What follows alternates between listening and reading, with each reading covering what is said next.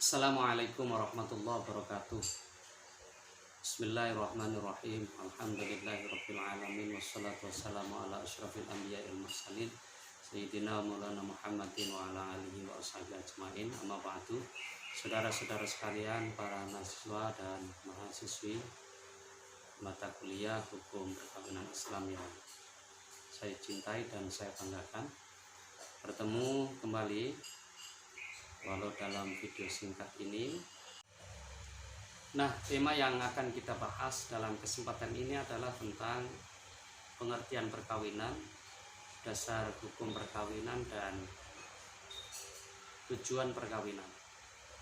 Nah, saudara-saudara sekalian, di Indonesia ini unik karena di samping kita sebagai umat Islam mengikuti hukum Islam tentang tata cara kita melangsungkan perkawinan, di mana ada syarat dan rukun yang harus terpenuhi. Di sisi lain ada sistem perundang-undangan di Indonesia yang juga harus kita anut. Umpamanya di dalam Islam tidak mengharuskan tercatatnya sebuah perkawinan, tetapi di dalam hukum negara atau perundang-undangan di Indonesia mengharuskan satu perkawinan di sebuah negara seperti Indonesia. Di Indonesia ini harus mencantumkan, harus dicatatkan.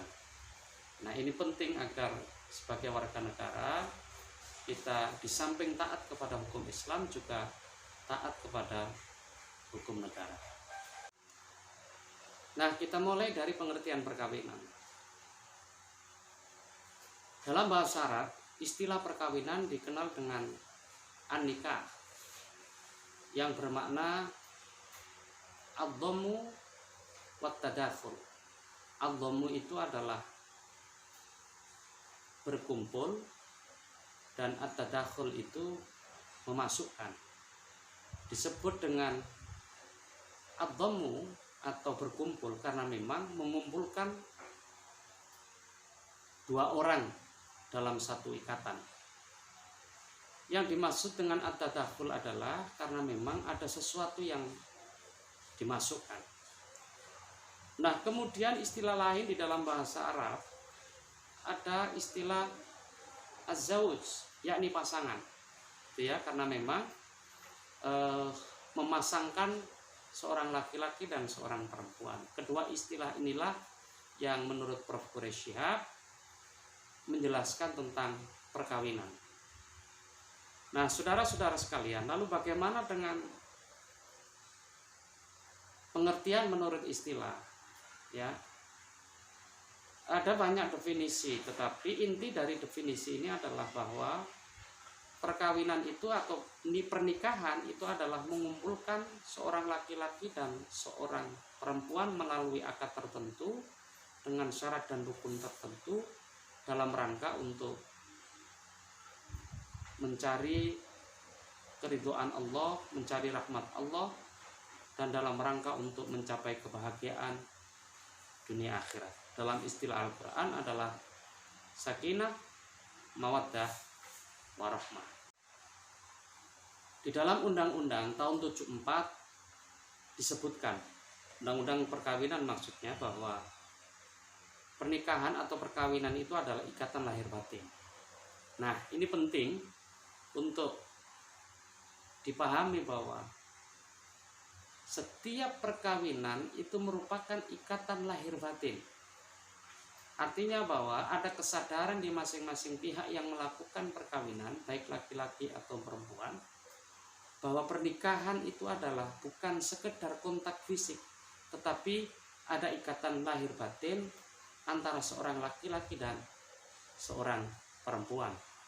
Di dalam kompilasi hukum Islam itu disebutkan bahwa pernikahan itu adalah mitsaqun ghalidh. Ya, nah ini perjanjian suci. Kenapa disebut suci? Karena memang di dalam melaksanakan akad perkawinan, ijab qabul di dalam perkawinan itu adalah melaksanakan perintah Allah dan disaksikan sekian banyak orang. Bahkan dalam tradisi Indonesia, saudara-saudara sekalian, perkawinan itu bukan sekedar pertemuan antara laki-laki dan perempuan, tetapi juga pertemuan dua keluarga, bahkan dua kampung, dua masyarakat, dua budaya. Ini yang patut dipahami oleh kita semua. Jadi bukan sekedar soal pertemuan antara laki-laki dan perempuan secara fisik, jasmani, tetapi juga pertemuan secara rohani. Ini yang dimaksud dengan perkawinan atau pernikahan secara istilah. Nah, di dalam Al-Quran sendiri ada beberapa ayat Al-Quran yang bisa kita sebut sebagai dasar di dalam melangsungkan pernikahan.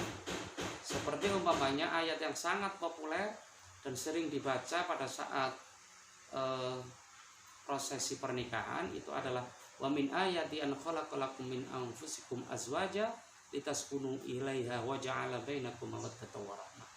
Jadi ayat ini bisa menjadi dasar tentang pelaksanaan perkawinan.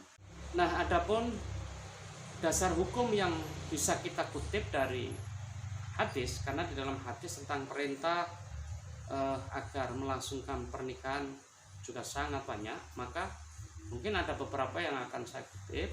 Pertama adalah an-nikahu sunnati faman raghiba an sunnati falaysa minni. Hadis ini menjelaskan tentang bahwa Rasulullah memerintahkan kepada kita umat Islam bagi yang belum menikah untuk segera menikah, karena menikah adalah bagian dari sunnah Rasulullah SAW.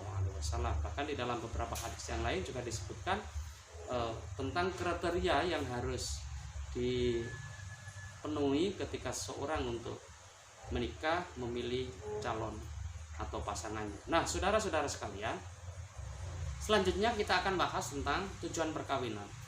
Pertama adalah tujuan perkawinan itu membentuk keluarga sakinah. Ya, seperti yang ayat yang saya sampaikan tadi, yakni sakinah, mawaddah, warahmah. Yang kedua, tujuan perkawinan adalah reproduksi. Ya. Artinya bahwa seorang menikah itu hendaknya dalam rangka untuk memperbanyak keturunan, ya, memperbanyak keturunan. Makanya di dalam satu riwayat hadis disebutkan bahwa orang yang menikah itu hendaknya memilih pasangan yang memang berpotensi punya anak banyak. Jadi tidak apa-apa, ya, punya anak banyak. Kemudian selanjutnya tujuan di dalam menikah itu adalah dalam rangka untuk pemenuhan biologis. Tentu kita tahu bahwa manusia tidak bisa disebabkan dari syahwat pribadi, syahwat individu itu. Oleh karena itu menikah menjadi jalan yang halal bagi seseorang dalam rangka untuk memenuhi kebutuhan biologisnya, memenuhi syahwatnya. Ya. Dan ini menjadi tameng bagi kita, bagi seseorang laki-laki dan perempuan dengan cara atau dengan jalan menikah.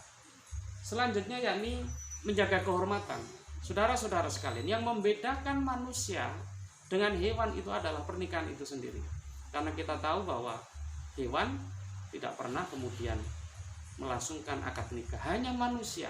Dan ini adalah satu kehormatan yang diberikan oleh Tuhan, diberikan oleh Allah kepada kita. Nah, sebagai manusia tentu ini harus kita pakai. Karena itulah kalau ada orang menikah, kawin tanpa melalui proses pernikahan, maka tidak ubahnya seperti hewan. Dan kehormatannya itu pasti jatuh. Kemudian selanjutnya adalah bahwa tujuan yang mulia seseorang itu menikah adalah karena menjalankan perintah Allah, karena menjalankan ibadah kepada Allah Subhanahu wa taala. Wa ma khalaqtul jinna wal insa illa liya'budun. Karena itulah saudara-saudara sekalian, sejak awal pernikahan niat ibadah, niat menjalankan perintah Allah ini harus betul-betul ada di dalam diri kita. Insya Allah kalau ini terjadi, maka rahmat Allah, petunjuk Allah akan bersama kita.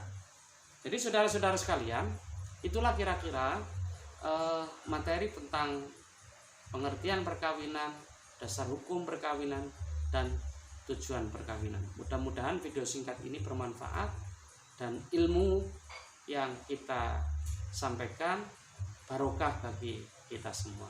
Assalamualaikum warahmatullahi wabarakatuh.